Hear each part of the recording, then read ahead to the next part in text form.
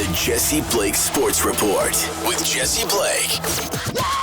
A few months before he ended his 28-year run as general manager of the Boston Bruins, Harry Sinden on March 6, 2000, traded then captain of the Bruins, Ray Bourque, to the Colorado Avalanche with Dave Anderchuk in exchange for Brian Rolston, defenseman Martin Greiner, Sammy Paulson, and Boston's choice of a first-round pick in 2000 or 2001. They would end up choosing the 2000 pick. And now, 1 month away from the 25-year anniversary of that trade, we are talking about the Boston Bruins trading their captain again ahead of the March 7th trade deadline.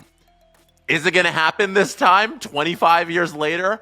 I'm not sure, but there are rumors swirling. Fluto Shinzawa wrote in The Athletic, one hockey executive told Fluto Shinzawa that if they think it'll help the team, all bets are off. When asked about trading Brad Marchand, the article that Fluto Shinzawa wrote was Brad Marchand, trade candidate, ? All bets are off. So people have been talking about it, including NHL insider Elliot Friedman, who said on his podcast, 32 Thoughts, there was a time in this year where I didn't think there was a chance that Marchand would be traded out of Boston. Now I think it's not as certain, depending on what happens here.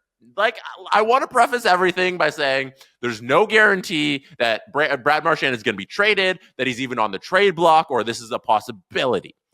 But people are talking about it, and when there's smoke, there is often fire with trade rumors. And the other team at the end of the chimney, I guess, of the smoke, that the base of the chimney with the smoke, I guess, would be the Bruins, but the one seeing the smoke in the air is the Edmonton Oilers, who are being looped together with these rumors of Marchand being traded, because this is the exact perfect piece that the Edmonton Oilers would need in this trade. And Fluto Shinzawa also wrote in his article that one agent, granted anonymity to discuss someone he does not represent, estimated the Bruins could net a second-round pick and a promising young NHL player under team control for Brad Marchand.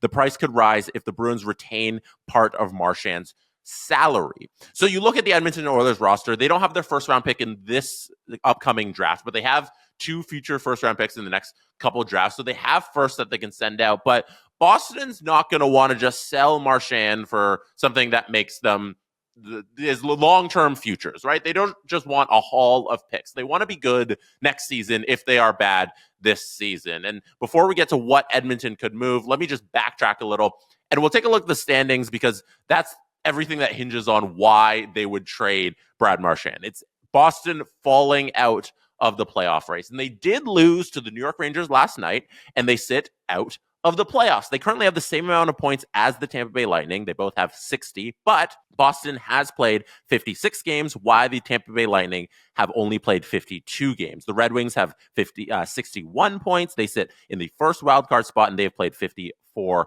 games. And the Ottawa Senators, who sit in the third place in the Atlantic spot, have played 54 games. Then you have the Blue Jackets, Islanders, and Rangers at 59, 57, and 56 behind the Bruins. So those are the current standings.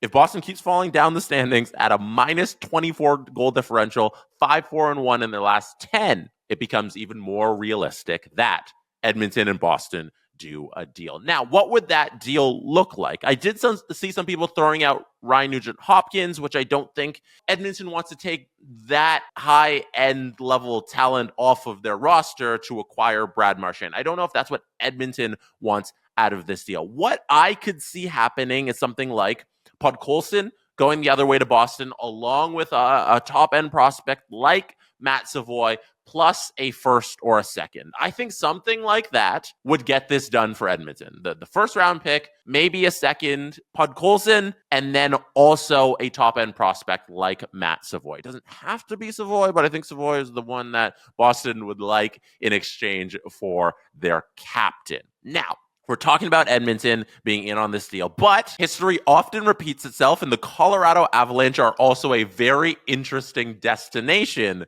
for Brad Marchand that I could easily see happening. And I asked producer Drew what he would see working for a Colorado Avalanche Boston Bruins trade, because he is a giant As fan. Producer Drew, who works here at SDPN, and he said something in the lines of a Middlestat, Gerard, maybe picks thrown in as well in exchange for Marchand. Colorado is always a team that needs winger help. They need help in their forward group. A player like Brad Marchand has the connection as well with Nathan MacKinnon, because they are both from Nova Scotia. That's the extracurriculars to the deal. But from the hockey side, it makes sense that you would sell Gerard and Middlestat, who they're trying to move, and then Boston gets the center depth that they're hoping to get in exchange for Brad Marchand that doesn't push their target window anywhere further in the future. It's not a rebuilding piece. It's something that can make them good now. And Gerard's a good defenseman that they can also plug in. And Colorado should be able to stemmy that missing piece on the back end with somebody like Manson